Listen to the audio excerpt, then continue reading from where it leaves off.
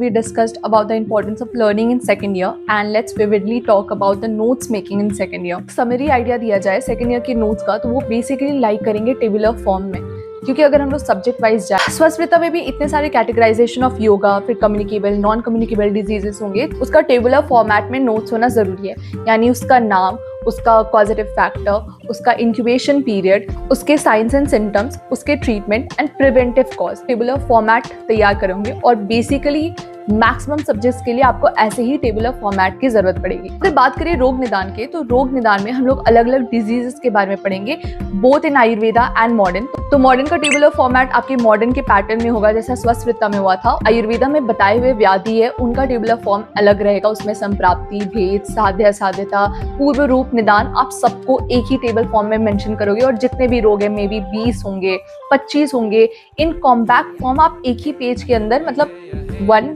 Single A4 size के अंदर आपने अगर 5 डिजीज लिखा तो पेज पलटने के बाद और 5।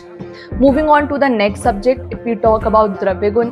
द्रव्य गुण में भी आपको एक टेबुलर फॉर्मेट करके याद करने पड़ेंगे सारे ड्रग्स को। महाकषाय का याद करने का ट्रिक्स होता है, वो आप बहुत सारे चैनल्स पे देखेंगे तो आपको ट्रिक्स बताएंगे। ट्रिक्स को भी फॉलो करना बहुत जरूरी है और उसी प्रकार ट्रिक्स फॉलो होगा हमारे रस शास्त्र के फॉर्मुलेशंस में भी, क्योंकि फॉर्मुलेशंस इतने ज्यादा है कि उसके इंग्रेडिएंट्स याद रखना मुश्किल है। बट जो भावना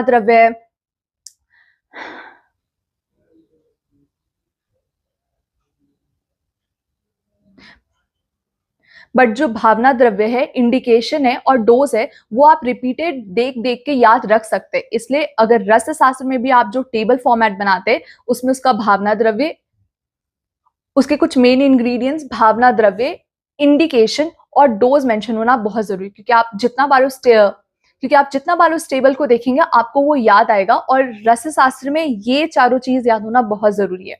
moving on to the next subject,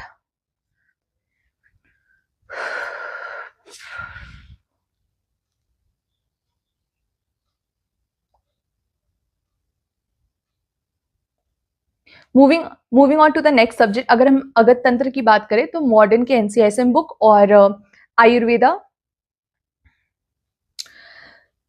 moving on to the next subject, Agad Tantra की बात करें तो NCISM का new syllabus. Moving on to the Agad Tantra में अगर हम लोग मॉडर्न की बात करें तो NCISM के अकॉर्डिंग जो न्यू बुक है, और जो आयुर्वेदा का बुक, अगर हम बात moving on to the Agad तंत्र, अगर हम अगत तंत्र की बात करें तो NCISM के अकॉर्डिंग जो बुक आया है हम लोग डायरेक्ट उसको भी फॉलो कर सकते हैं। जहां तक कॉम्पैक्ट हम लोग सारे पॉइजन्स के बारे में पढ़ रहे, स्थावर और जांगम विष के, तो उसका टेबल फॉर्म होना जरूरी है।